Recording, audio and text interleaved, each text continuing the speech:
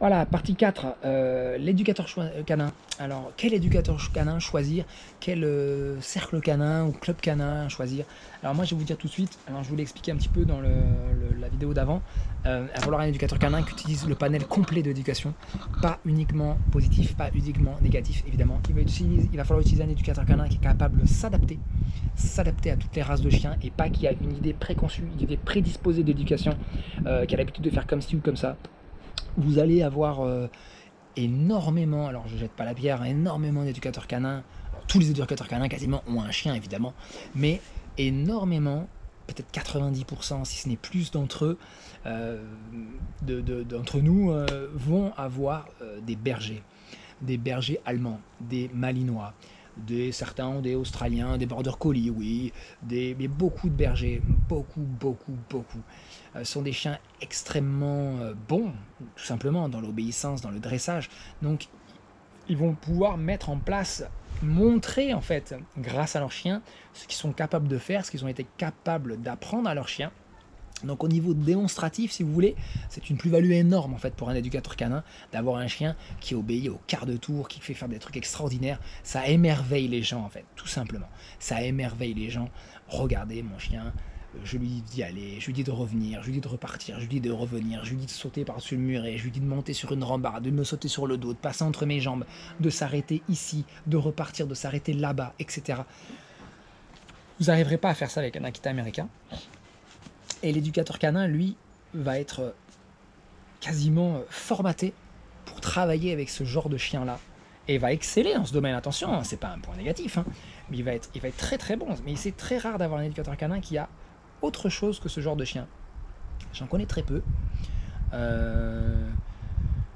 J'en connais qui vont avoir un Rottweiler par exemple, oui, un Rottweiler, donc c'est totalement différent, ça c'est très bien. Un Rottweiler, c'est une autre chose à mettre en place, un autre système éducatif pour obtenir d'excellents résultats avec un Rottweiler, hein, pas aussi précis qu'avec un Malinois évidemment, mais bon, il y a très peu d'éducateurs canins qui vont avoir des chiens un petit peu sortis de l'ordinaire, comme là un Akita américain.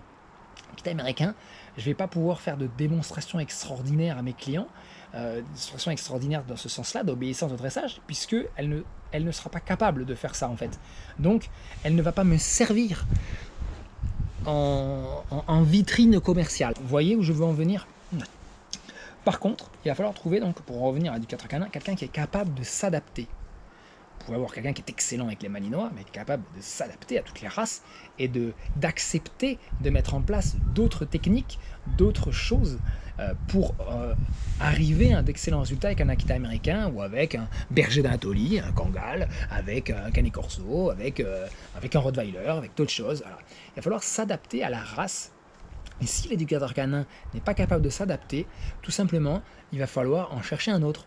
Voilà. Si vous avez un éducateur canin qui a trop de je sais tout, en fait, et trop de je sais faire, vous inquiétez pas, ça fait 30 ans que je suis dans le chien, et ben, vous faites un cours, 2 cours, et il va falloir vous-même évaluer si oui ou non il va correspondre. Et là, c'est un peu difficile parce que souvent, on est entre les mains, entre guillemets, entre les mains d'un éducateur canin qui est censé savoir, et on se laisse un peu guider, un peu porter par obligation. Lui, il sait, pas moi. Et il va falloir être un peu fort, en fait, justement. Ça revient à ce que je disais, d'être un leader.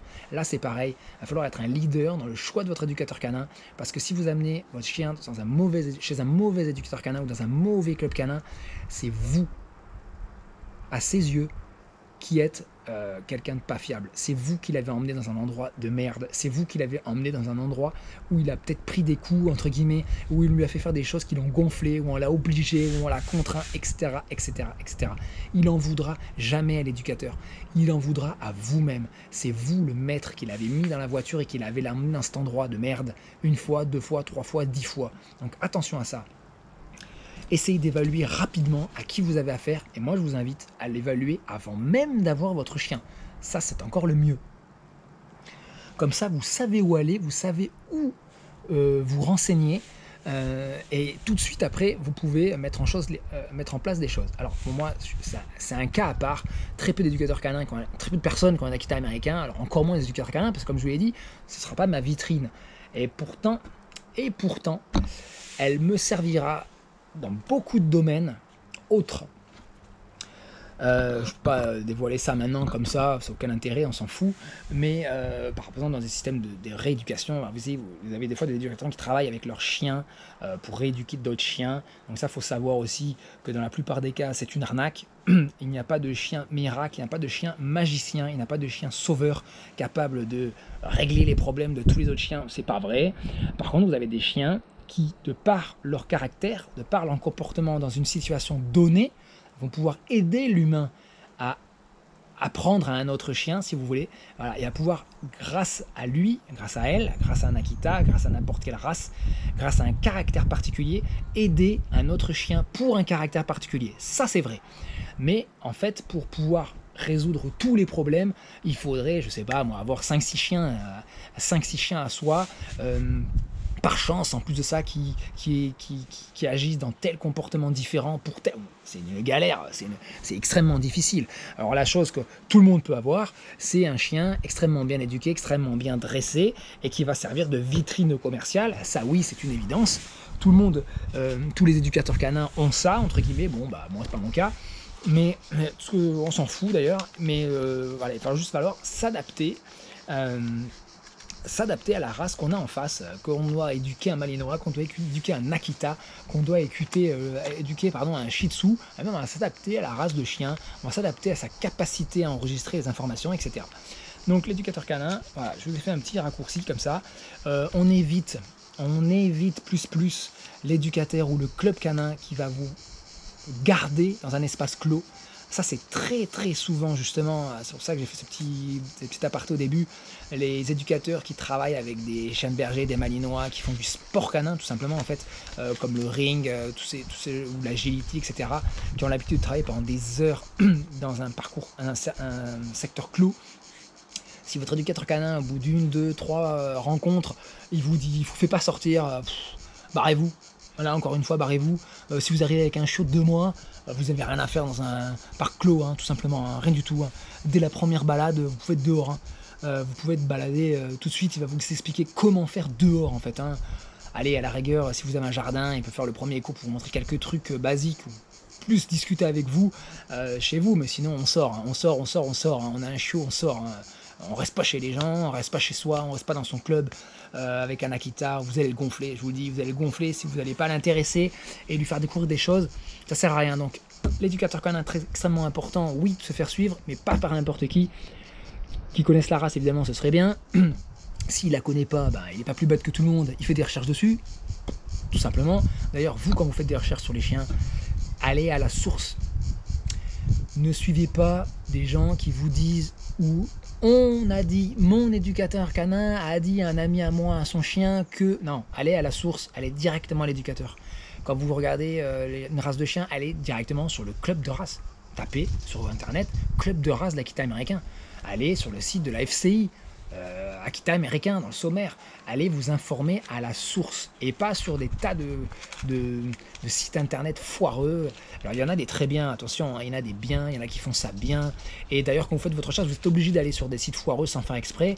Et vous allez en fait, en multipliant vos recherches, si vous avez sur sites internet différents, vous allez pouvoir regrouper les informations, les bonnes et les mauvaises, et vous allez bien voir à un moment donné que s'il y en a une qui revient 10 fois, elle a des tendances à être bonne quand même, à être vraie, je veux dire. Donc voilà. Ça c'était pour la partie éducation. Donc bon, l'éducateur canin évidemment, voilà, hein, je vous ai dit, il va falloir qu'il s'adapte. Tout simplement. S'il refuse, on prend le suivant. L'éducation canine est une profession en vogue. Sachez-le, comme tous les chiens, il y a de plus en plus de chiens en France, il y a de plus en plus d'éducateurs canins, il y a de plus en plus d'abandons. Est-ce qu'il faut faire un parallèle? Je ne sais pas, mais en tout cas, des éducateurs canins, il y en a partout. Dans toutes les villes, il y en a par dizaines, par quinzaines, on ne sait plus quoi en faire, on sait même plus où travailler.